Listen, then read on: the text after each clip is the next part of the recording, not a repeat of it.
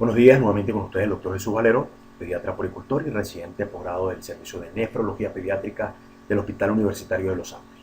Hoy conversaremos un poco acerca de la acidosis tubular renal, una patología que se caracteriza por defectos en la reabsorción de bicarbonato o defectos en la acidificación urinaria, lo que conduce a un anion gag o brecha aniónica normal con hipercloremia.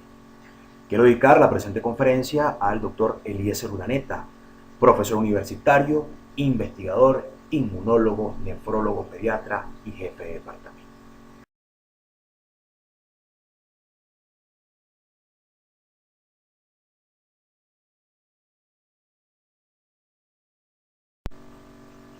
Antes de adentrar el tema, es importante recordar los mecanismos básicos de transporte: difusión, transporte activo, uniportador, sin portador, antiportador o también conocido como transporte de recambio.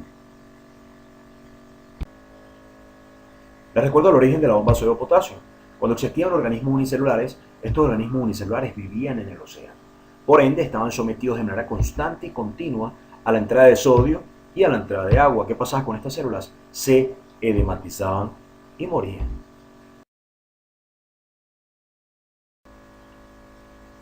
Estos organismos unicelulares, ante tal situación, crearon una proteína transportadora de sodio. Esta proteína era tan eficaz que no egresaba un sodio, sino que egresaba 3 sodios, y lo hacía en contra de un gradiente de concentración. Lo hacía por medio de transporte activo primario, por ende necesitaba ATP o energía. Pero ¿qué se dio cuenta la célula? Que cada vez se hacía más electronegativa, entonces necesitaba incorporar cationes que no fueran sodio, e incorporó 2 moléculas de potasio, pero lo hizo a favor de gradiente, lo hizo por mecanismo de difusión. Y de esta manera, pues entonces se equilibraron las cargas y se origina la vida.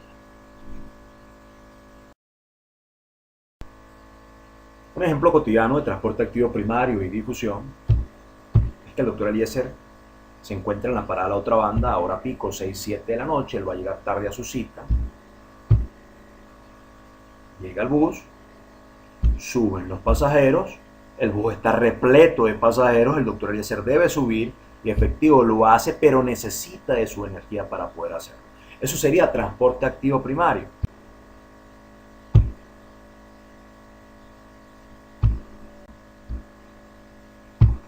Al llegar a su destino, el doctor Eliezer Urdaneta no se baja del bus. Al contrario, él sale expedido y sale eyectado. Eso sería difusión.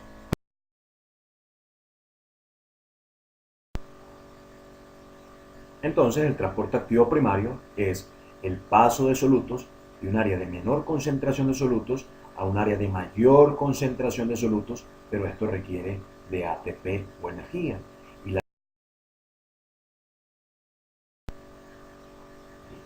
Y la difusión se define como el paso de solutos de un área de mayor concentración de solutos a un área de menor concentración de solutos, pero esto lo hace a favor de gradiente de concentración. El uniportador pues conduce una sustancia de un lugar a otro, una única sustancia. El sin portador conduce 2 sustancias de un lugar a otro. Y el antiportador o transporte de recambio es un intercambiador en realidad. Ok, por otra parte existen ácidos y bases. Los ácidos y las bases son 2 tipos de compuestos químicos que presentan características totalmente opuestas. Los ácidos donan hidrogeniones al medio y las bases captan estos hidrogeniones del medio. Existen múltiples ácidos fuertes, débiles, volátiles y no volátiles. Los ácidos fuertes son potencialmente disociables. Los ácidos débiles son parcialmente disociables. Los ácidos volátiles sería el producto final del catabolismo celular, el CO2, que se elimina por medio de la respiración. Claro, siempre y cuando existe un sistema de ventilación abierta. Y tenemos los ácidos no volátiles que se eliminan a nivel renal, un ejemplo de ello es el ácido láctico.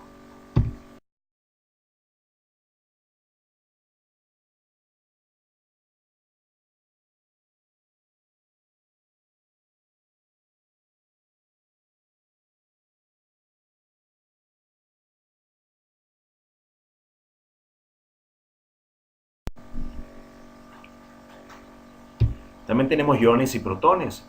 Un ion es una molécula que perdió su electroneutralidad, ya sea porque ha ganado o porque ha perdido electrones en su dotación, y pueden ser de 2 tipos: aniones y cationes. Los aniones son de carga negativa, cloro, sulfato, y los cationes son de carga positiva, calcio, magnesio, sodio, potasio, entre otros. Y por último tenemos protones, también conocidos como hidrogeniones, se localizan dentro del núcleo atómico y tienen carga positiva. Entonces podemos decir que tenemos iones y protones que suben y bajan y lo hacen de manera estequiométrica. Es decir, todo lo que sube es contrabalanceado con algo que baja y lo hace con la misma magnitud. Este balance estequiométrico está dado por dos grandes sistemas, como es el sistema pulmonar y el sistema renal, donde su única finalidad es mantener un pH dentro de parámetros normales de 7,35 a 7,45.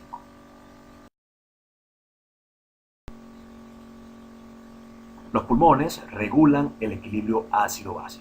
Ejemplo, un paciente en estado de acidez, un pH menos de 7,35, un paciente que hiperventila con la finalidad de lavar CO2 y por ende va a reducir la presión de CO2.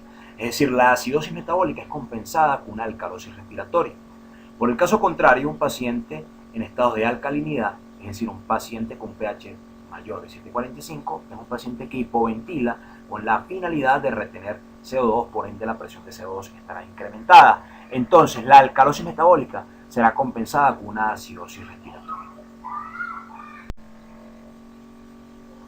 Mecanismos renales. Bueno, el riñón cuenta con tres mecanismos de equilibrio ácido-base. El primero es la reabsorción de bicarbonato, el segundo es la producción del ion de amonio y por último tenemos lo que es la acidez titulable, o también conocida como la acidificación del tapón fosfato.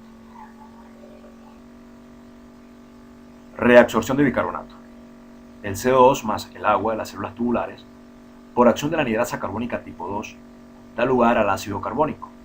El ácido carbónico es una molécula inestable, por ende se disocia en hidrógeno y en bicarbonato.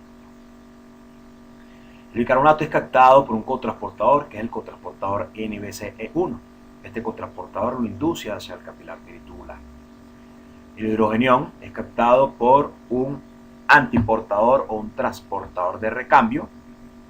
Lo intercambia por el sodio, un sodio que es reabsorbido por el capilar peritubular. El hidrogenión se une con el bicarbonato filtrado para dar lugar al ácido carbónico, y el ácido carbónico, por acción de la anhidrasa carbónica tipo 4, da lugar entonces al CO2 más el agua, que se difunde hacia las células tubulares. El mecanismo de reabsorción de bicarbonato opera con una relación de 3 bicarbonatos por cada sodio, y esto es impulsado por el potencial eléctrico negativo intracelular. Observen.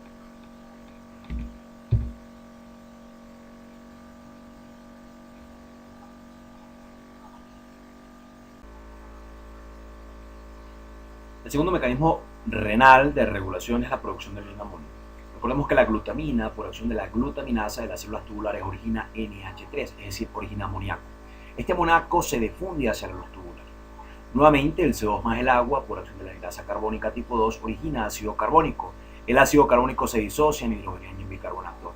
El bicarbonato es captado por un uniportador, que es el AE1, y es reabsorbido por el capilar peritubular. El hidrógeno se intercambia nuevamente con el sodio, pero en esta oportunidad el hidrógeno se va a unir con el NH3 para formar amonio, es decir, forma NH4. Y ese NH4 se une con el cloro para formar entonces cloruro de amonio, y es lo que se va a eliminar por orina. El tercer mecanismo renal es la acidificación del tapón fosfato, también conocido o denominado como acidez titulable. El CO2 más el agua, por acción de la anhidrasa carbónica tipo 2, origina ácido carbónico. El ácido carbónico es una molécula inestable, disociándose entonces en hidrógeno y en bicarbonato. El bicarbonato es captado por un antiportador o un transporte de recambio, reabsorbe bicarbonato y secreta cloro. El hidrogenión es captado por un uniportador, que es el HTPasa. En esta oportunidad el hidrogenión se une con el fosfato monoácido para formar fosfato diácido, y este fosfato diácido es el que se va a eliminar por orina. A nivel de la membrana apical de las células tubulares, sí existe un intercambiador, que es un intercambiador de potasio por hidrogenión.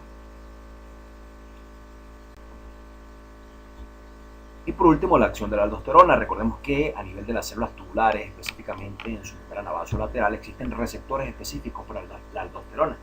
La aldosterona llega a sus receptores y esto apertura los canales de sodio a nivel de la membrana apical de las células tubulares, y a nivel de la membrana vasolateral de las mismas existe la bomba sodio-potasio, entonces va a reabsorber 3 sodios y va a secretarlos. Esto en condiciones fisiológicas. Ok, entonces un tics.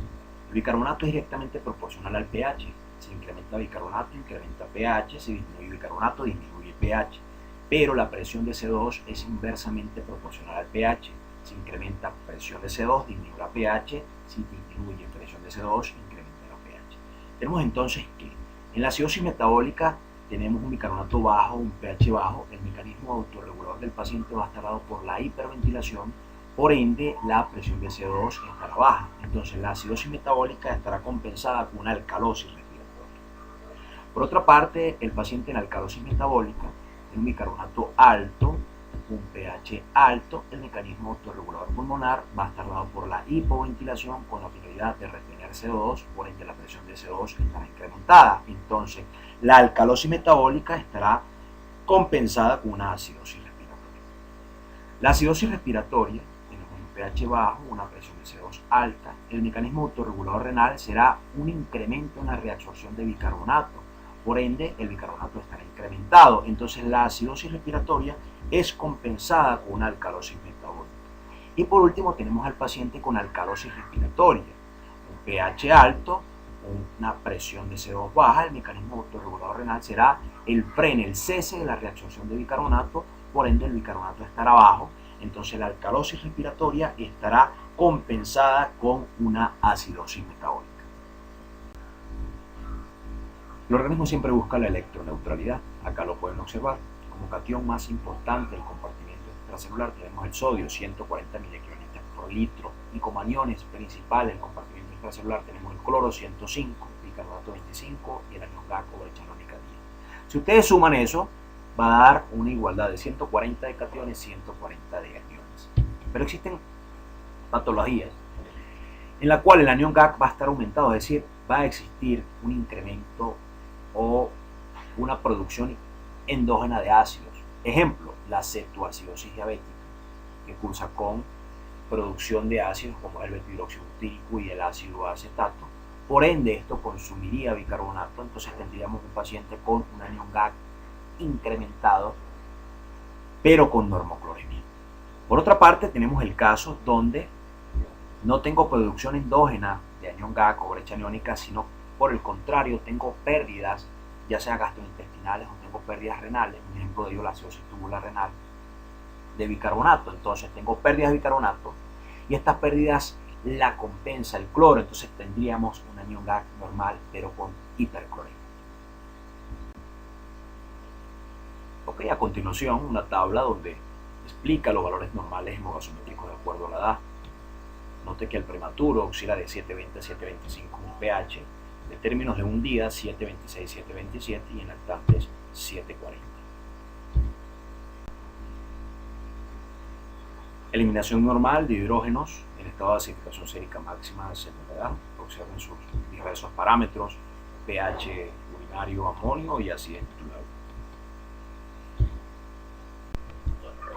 Entonces, la acidosis tubular renal se define como la alteración fisiopatológica del metabolismo ácido-base que se caracteriza por la presencia de acidosis metabólica hiperclorémica, ocasionada por la pérdida renal de bicarbonato o por la reducción de la excreción tubular renal de hidrógenos.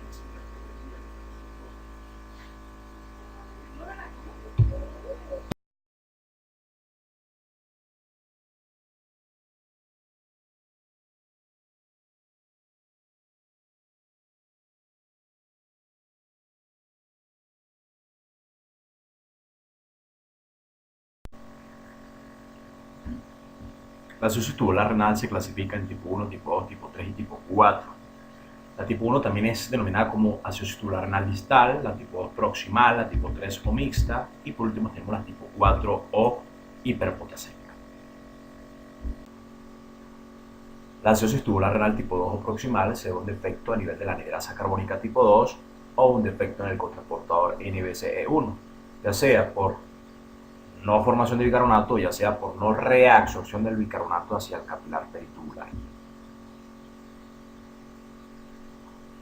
La acidosis tubular renal proximal se caracteriza por reducción de la reabsorción de bicarbonato, con un aumento importante del aporte distal del mismo y pérdida por la orina, con la elevación del pH urinario.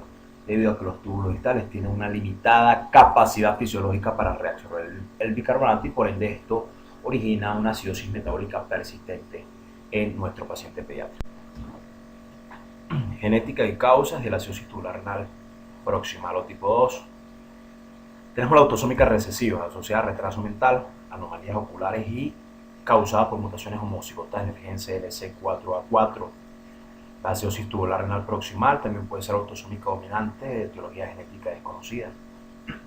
Y la acidosis tubular renal proximal adquirida, secundaria a la administración de drogas tóxicas como es la tetraciclina y el valproato. La acidosis tubular renal la podemos clasificar en primarias y secundarias.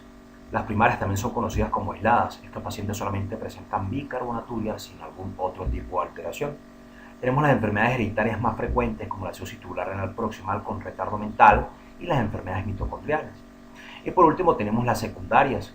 Las secundarias regularmente no ocurren de forma aislada, sino que se presenta de forma simultánea a otras tubulopatías. Un ejemplo de ello es el síndrome de Tony-Gebre-Fanconi, que cursa con glucosuria, proteinuria, fosfaturia, citraturia o glicosuria, entre otras. Es decir, una tubulopatía proximal completa.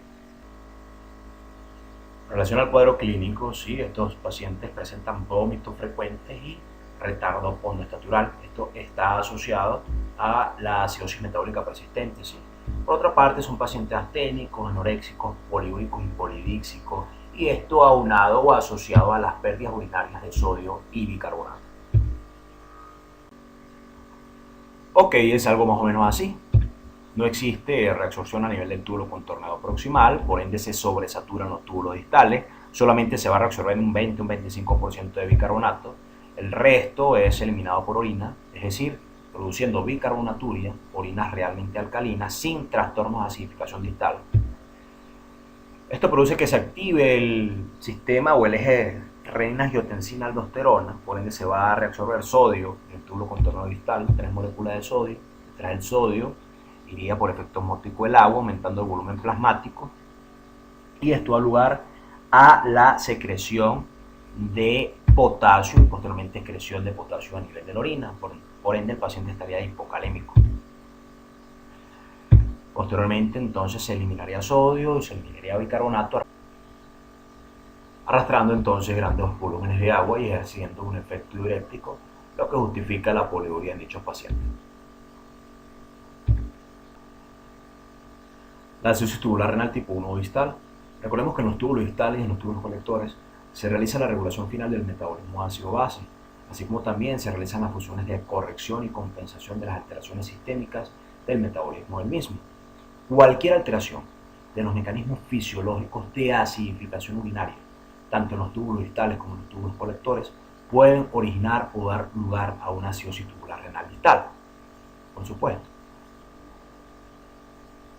En esta tubulopatía el defecto ocurre a nivel del transportador de recambio, el antiportador HTPase, por ende no se va a intercambiar el hidrogeno con el sodio.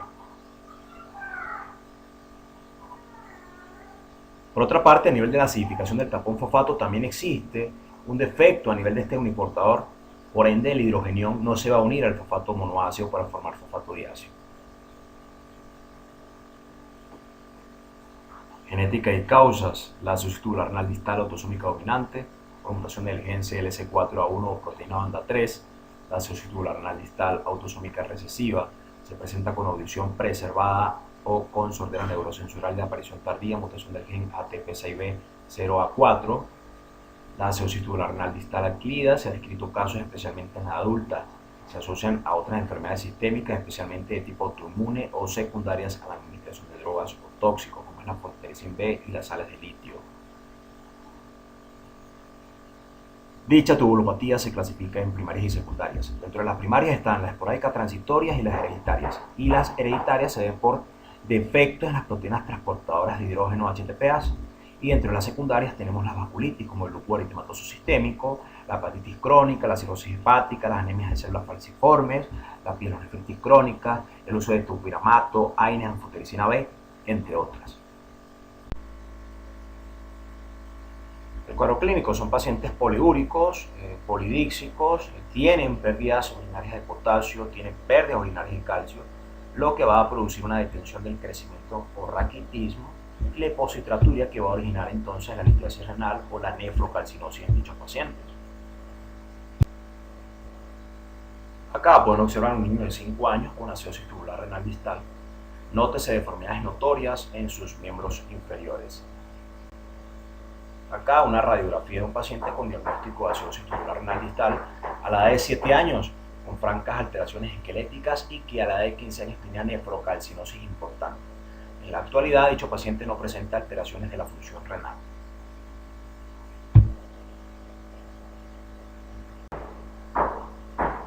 La acidosis tubular renal tipo 3 o mixta se debe a un defecto en la reabsorción de bicarbonato a nivel del túbulo contornado proximal y defecto de acidificación urinaria a nivel distal. Esto es importante decirlo, que el déficit de la anhidrasa carónica tipo 2, todos los hallazgos clínicos pueden ser explicados por dicho déficit, dado que esa enzima no es solo necesaria para la acidificación renal distal, sino para la función osteoclástica y la modulación cerebral. Por ende, la acidosis tubular renal asociada a osteopetrosis se manifiesta en los 2 primeros años de vida, en forma de fracturas óseas, talla corta, retraso mental, maloclusión dental, entre otros. Y por último tenemos la acidosis tubular renal tipo 4.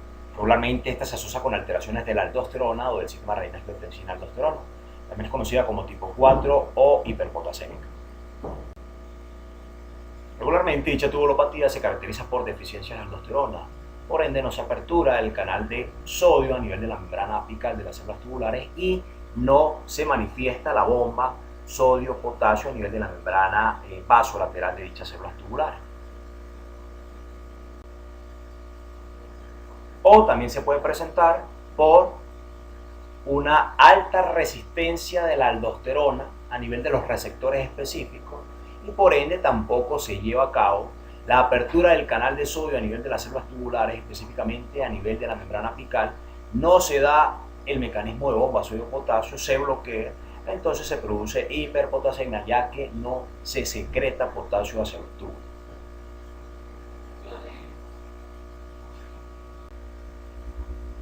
¿Cómo se clasifica dicha tubulopatía? En primer lugar tenemos las transitorias de lactante y la acidosis tubular renal distal hiperpotasémica secundaria A.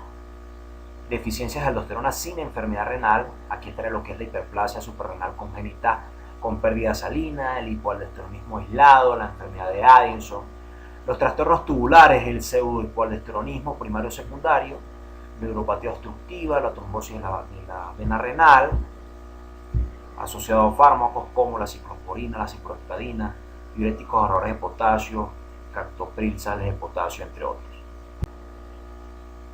Cuadro clínico: paciente con poliuria, episodios frecuentes de deshidratación, hiperpotasemia, hiponatremia, acidosis metabólica, concentraciones plasmáticas de aldosterona elevada y una actividad plasmática de renina incrementada.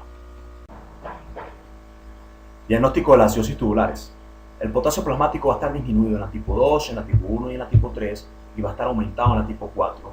El cloro plasmático va a estar incrementado en las 4 tubulopatías. El pH urinario va a estar incrementado en la tipo 2, en la tipo 1 y en la tipo 3 y va a estar normal en la tipo 4. La acidez titulable va a estar normal en la tipo 2, en la tipo 1 y en la tipo 3 va a estar disminuido y en la tipo 4 va a estar normal. El amonio en la orina va a estar normal en la tipo 2, pero va a estar disminuido tanto en la tipo 1 como en la tipo 3 y va a estar normal en la tipo 4. Las excreciones fraccionadas de carbonato van a estar aumentadas en la tipo 2, normal o aumentadas en la tipo 1. En la tipo 3 va a estar aumentada y en la tipo 4 va a estar normal. La nefrocalcinosis no se presenta en la tipo 2, sí en la tipo 1 y en la tipo 3 y no se presenta en la tipo 4. Y el anión hiato en sangre va a estar negativo.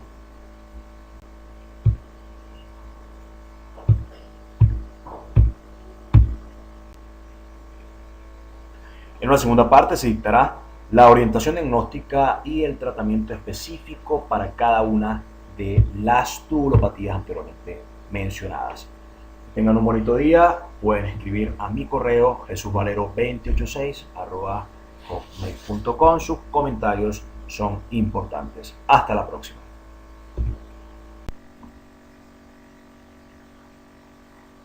Me está diciendo la gente. Madre hermosa de Junta. Saludos. Por todo la neta. Chao.